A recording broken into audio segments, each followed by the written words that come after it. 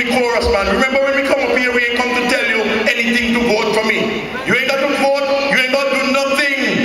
We are communicating with you. Ladies and gentlemen, this is the truth. Our country is in deep to do. Why you think we got such crime, such thieving? God, when you hear every day about the thieving, you want to know if this is our land. Tony, it's bad enough. It's bad enough when you hear by the breaking racial house, you know. But then when you hear from yourself, you turn tomorrow, you know, they're coming for you. So we got this awkward situation. You're afraid to walk up the road, you might get killed. And you're afraid to stay in your house, you might get broken into. But where you go? Go in the sea. But I am saying, make a change. March with us, talk with us, talk to your neighbors, tell them how unhappy you are. 85% increase on your electricity. God damn it, where you gonna get it from? Go ahead and talk about he built, but he went and they are just he built. But listen to mine. I normally pay $600. Sometimes $550, sometimes $620. Me bill gone to $1,289. Me bill gone to $1,289. It look like I got, I mean, they got anything that man could do to get money for it.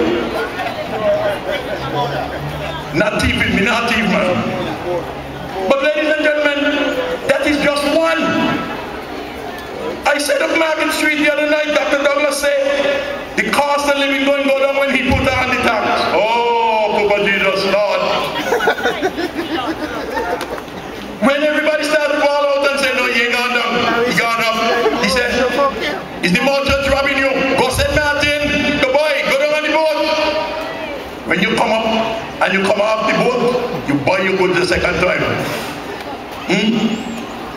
But I knew us now, the 1st of July, the 1st of July, when you put yourself on the plane to go St. Martin to buy the goods that Dr. Douglas said was buying, $100 in your magazine. Not $50 no more. So when he take it off on when he put it on the electricity and he put it on the departure tax, we don't get it from. Them they can't pay back national debt. But she was trying to make a point about the amount of money, and it is a very serious situation. Ladies and gentlemen, I don't really want to go on the national debt because that there is a millstone around our necks and there ain't no answer, you know. Surely more taxes gonna come. Are you thinking that? Man, just wait, man. Just wait. But Honorable Dwyer said something the other day up at Market Street, and I would like to share it with you. He said, good leaders share the burden with the citizens of the country. But Douglas now pay for no electricity. You hear he carried Prime Minister Abraham Dominica for dinner. He wouldn't even pay for it. The man come to a labor convention. Listen to me now. Listen to me. When I got up there, when they come for me, just come see me and say hello. That's all. That $700, $600 US for food, and he give them a tip. Man, that Douglas is a good boy. When you look, the bill turned up down in the Prime Minister's office for the Labour Convention, I said, that is thieving. That is thieving. God damn it, why is this? Naturally, we ain't supposed to get that kind of information. I don't know how do I get it. I don't want to know. But that is thieving. So when you got your Prime Minister who digging out your yai, watch you dig out your yai and then tell you bye-bye, they were dropping out before you know. Only that just touch them and they fall out. In 2009, Douglas went the length and breadth of this country putting up billboards. Here walk. What the hell a walk? See there? He pocket a walk. Here walk for he. But what about the rest of us? He put up all these billboards, money from the treasury paid for them. That is thief.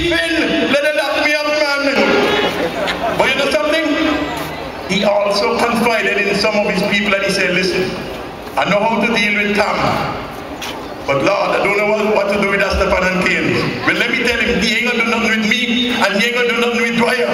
We are going to be here in his backside until he do the natural thing, resign from our country and let the man take charge. Good evening and thank you very much.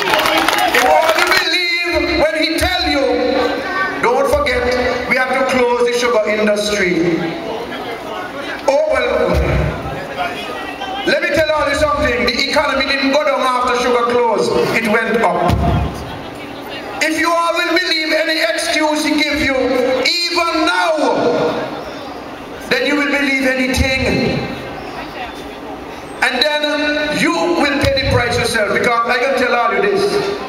I can't talk about Richard. But me I plan to do this forever while I'm doing here. Because who don't hear will feel. And who don't think will suffer. That's right. And who is not going to be independent minded will be treated like a dog. Don't mind all the talk. And the people who are going around saying Doggy is the boss and Doggy is this and Doggy is that. They can't pay the lights bill. They can't buy food for the kids. And a lot of them know that what they're saying is wrong, you know. But they're afraid. How can we, in the year 2011, in a modern society, in a society which we call a democracy, still live in fear? Especially fear of one man. One man who loves just one man. The only man that he loves is himself. How can you explain a leader who loves and respects his people to have put the country in so much debt that the IMF is telling us in order to get out of debt, you have to give up your patrimony, give up your land. Forrest is right, a landless people is no people. God and then land. That's why Forrest on this platform, Forrest is deep.